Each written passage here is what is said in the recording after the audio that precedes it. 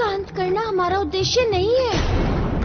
हमारा उद्देश्य है कि उस खल धनाक्ष के प्रभाव से उसे मुक्त कराना। इसलिए आप इसे छोड़ दीजिए।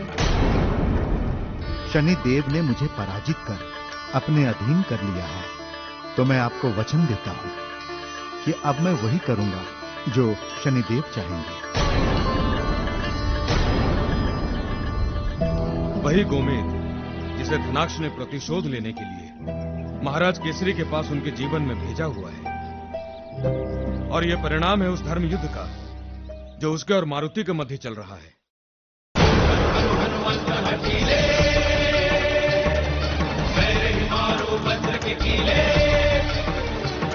ओम ह्रीं ह्रीं ह्रीं हनुमंत कपीसा, ओम भूं भूं धनु हरिपुर शीशा, ओम जन जन जन जन जपल जलंता, ओम हनु हनु हनु हनु हनु हनुमंता, ओम हम हम हाथ देत कपि चंचल, ओम सं सं सहमि पराने खलदल, यह बजरंग बाण जहि मारो,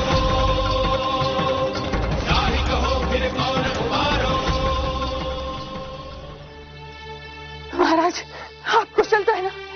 हाँ, मैं कुशल हूँ। और आप? हाँ, मैं कुशल हूँ। ये तो महादेव की कृपा है कि हम इस मगरमच्छ का आहार बनने से बच गए।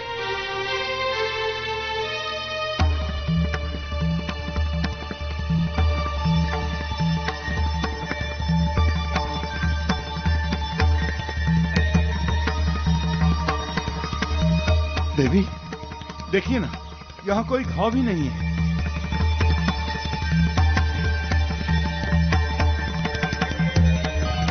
देवी, देखिए, ऐसा लग ही नहीं रहा कि मगर के प्रहार से बच के आए हैं। हाँ स्वामी, ये कोई चमत्कार से कम नहीं है स्वामी।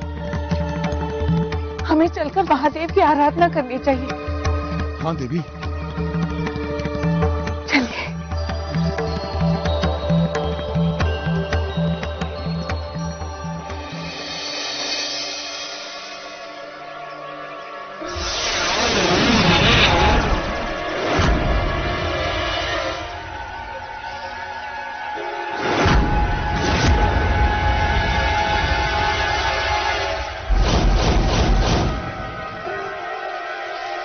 क्या हो गया?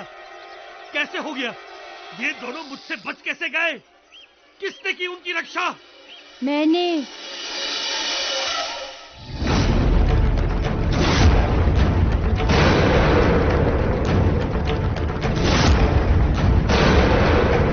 वानर बालक तुम? तो इसका अर्थ यह हुआ कि मेरे दोनों शत्रुओं की रक्षा तुमने की? गोमेद, आज तुमने बहुत बड़ा अनर्थ किया है।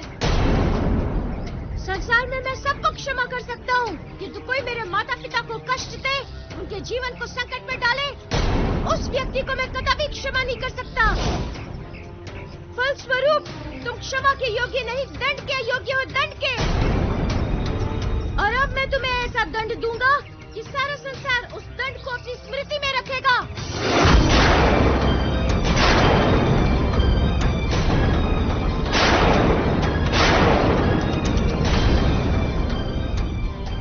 नहीं, नहीं! नीलम मुझे छोड़कर नहीं जा सकता, कभी नहीं जा सकता वो मुझे छोड़कर। किंतु वो आपको छोड़कर जा चुका है धनाक्ष। सत्य यही है कि मारुति ने शनि के द्वारा उनको देवत्व प्राप्त करवा दिया है। नीलम को आपने सदा के लिए खो दिया है। अपनी पराजय स्वीकार कर लीजिए। नहीं, नहीं! धनाक्ष कभी अपनी पराजय स्वीकार नहीं कर सकता। नीलम को मुक्त करा लेने मात्र से मारुति मुझसे विजयी नहीं हो सकता। उसे उसके कर्मों का दंड अब गोमेद देगा, उस वानर बालक के माता पिता को मृत्यु देके। गोमेद? हाँ, गोमेद। किंतु मुझे ऐसा भान हो रहा है कि उसने उनकी हत्या करने का विचार बदल दिया है। अर्थात अर्थात आप स्वयं ही गोमेद की दुर्दशा देख लीजिए धनाक्ष। अर्थ आप स्वयं ही समझ जाएंगे।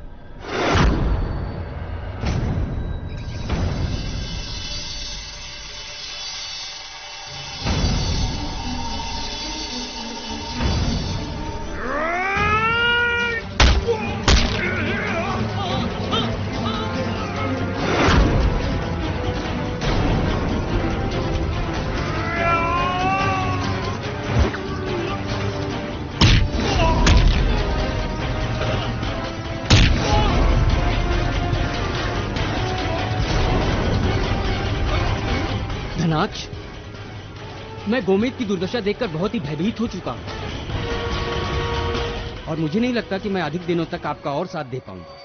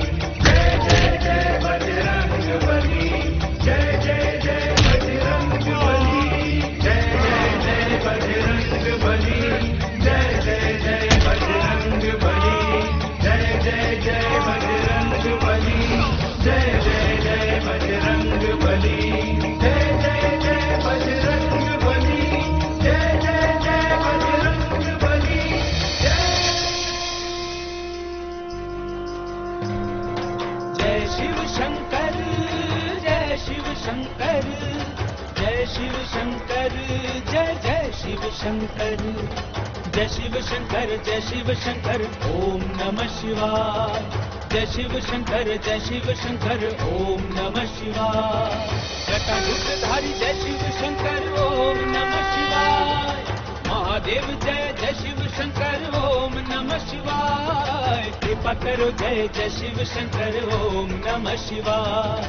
जय शिव शंकर ओम नमः शिवाय। कामना पूर्ण करो शिव शंकर ओम नमः शिवाय। दीनानाथ जगत परमेश्वर ओम नमः शिवाय। भक्त के मन की सुन लो पुकार ओम नमः शिवाय। जय शिव शंकर ओम नमः शिवाय।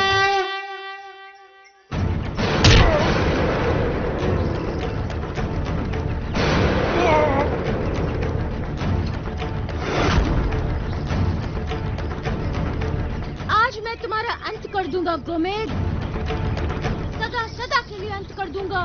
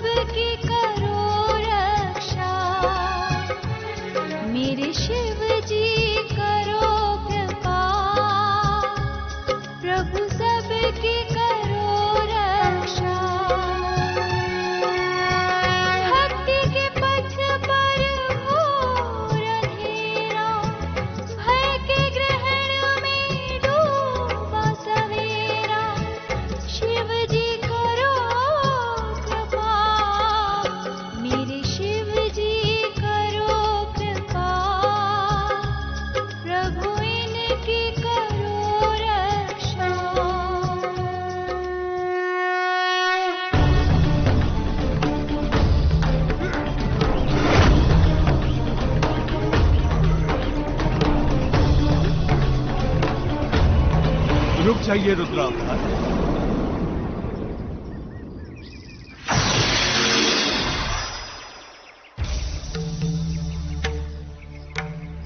इसका अंत मत कीजिए, इसे क्षमा कर दीजिए। नहीं ब्रह्मदेव, मैं इसे क्षमा नहीं कर सकता।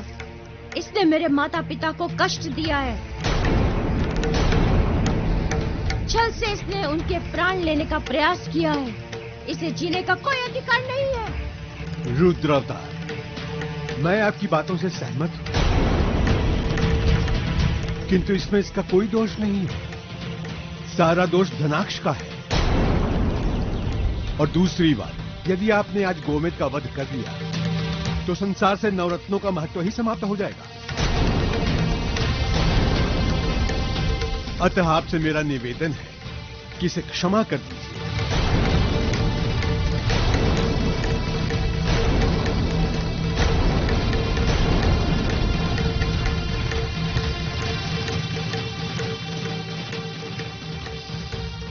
मेरे शिव जी करो कृपा,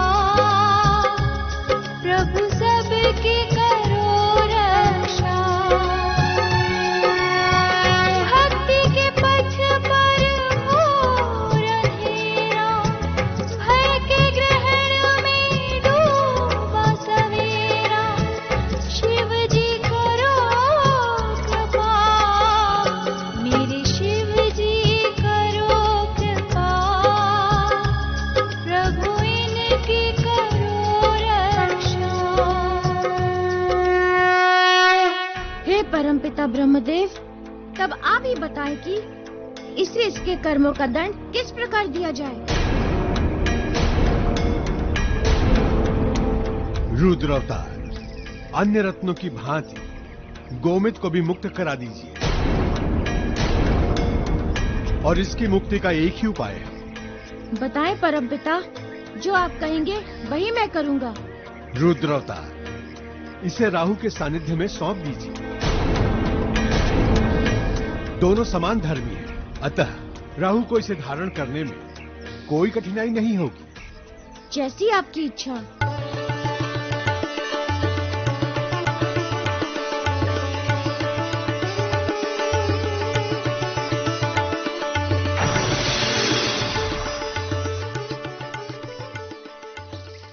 नमः शिवाय च नमः शिवाय, नमः शिवाय च नमः शिवाय, शिवाय ओम नमः शिवाय,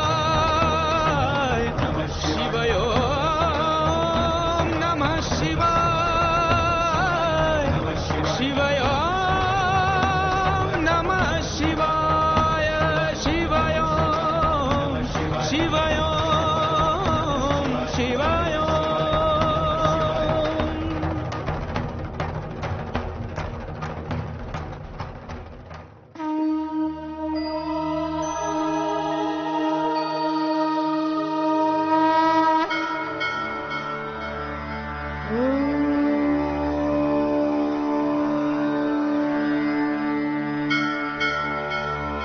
प्रणमामि सदा राहुं, सूर्पाकारं किरीटिनम्।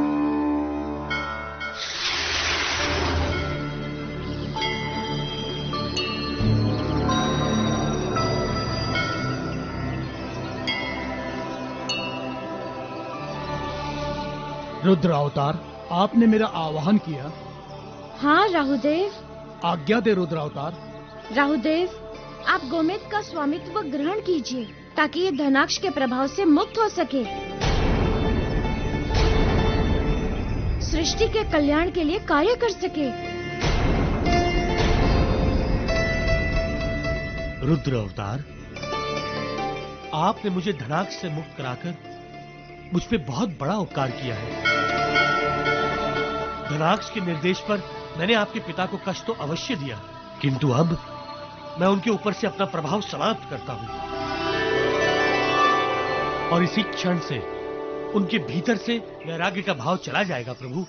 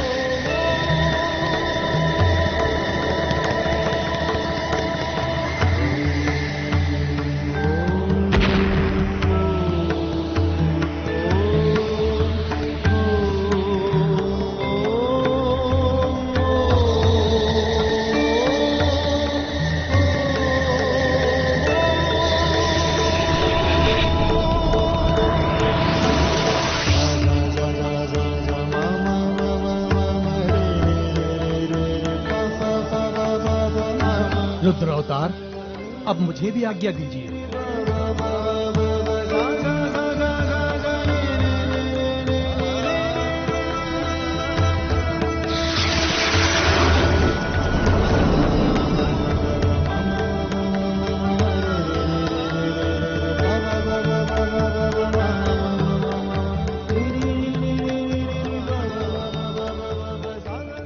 कैसी विडंबना है कि मैं अपने माता पिता के इतने पास आकर भी उनसे मिल नहीं सकता। यदि इस रूप में मैं उनके सम्मुख गया तो उनके प्रश्नों का मैं क्या उत्तर दूंगा? जब वो प्रश्न करेंगे कि तुम तो सूर्यलोक गए थे शिक्षा ग्रहण करने, यहाँ कैसे आ गए, तब मैं क्या स्पष्टीकरण दूंगा उन्हें? तो फिर क्या उनके दर्शन किए बिना ही चले जाओ यहाँ से?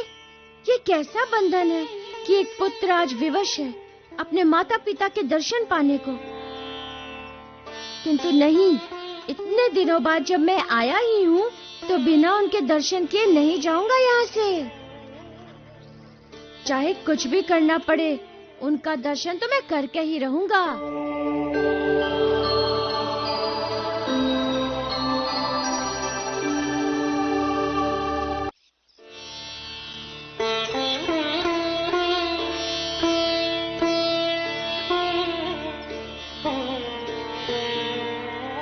देवी, महादेव की उपासना के उपरांत चित्त इतना स्थिर और शांत हो गया है। अंतः में उठे प्रसन्नता के किरणों को अनुभव कर रहा हूं मैं। इतने दिनों बाद प्रसन्नता की अनुभूति हो रही है मुझे।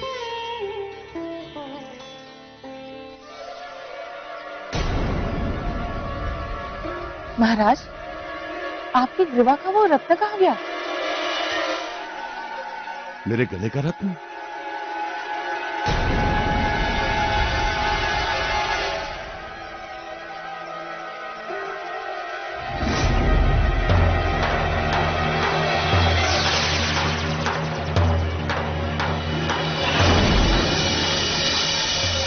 अच्छा हुआ नहीं है। मुझे स्पष्ट समझ में आ रहा है कि जो कुछ भी घटनाएं घटी हैं, उस रत्न का ही कुछ प्रभाव था।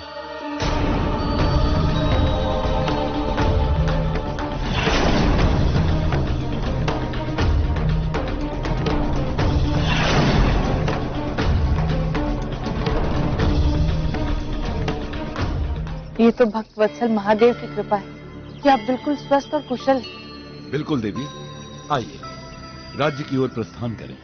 अवश्य, किंतु उससे पूर्व ये प्रसाद हम शिव भक्तों में बांटें। चलिए।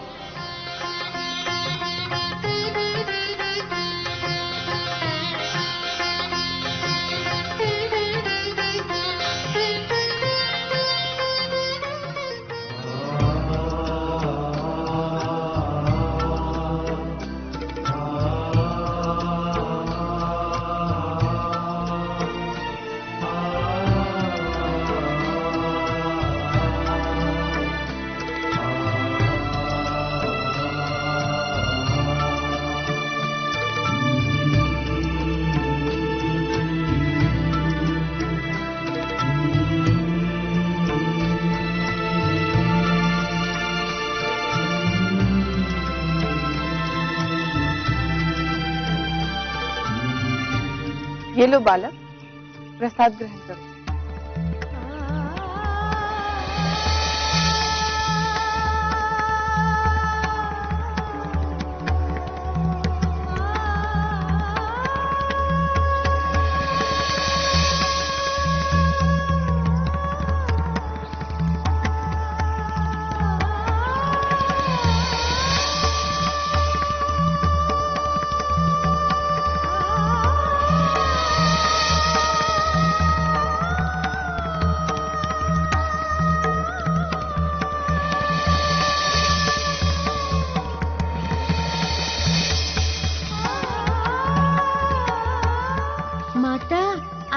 दिनों बाद आपके हाथों के लड्डू खाने का सौभाग्य प्राप्त होगा मुझे। क्या करूं माता, मैं शिक्षा की सीमा में बंधा हुआ हूँ।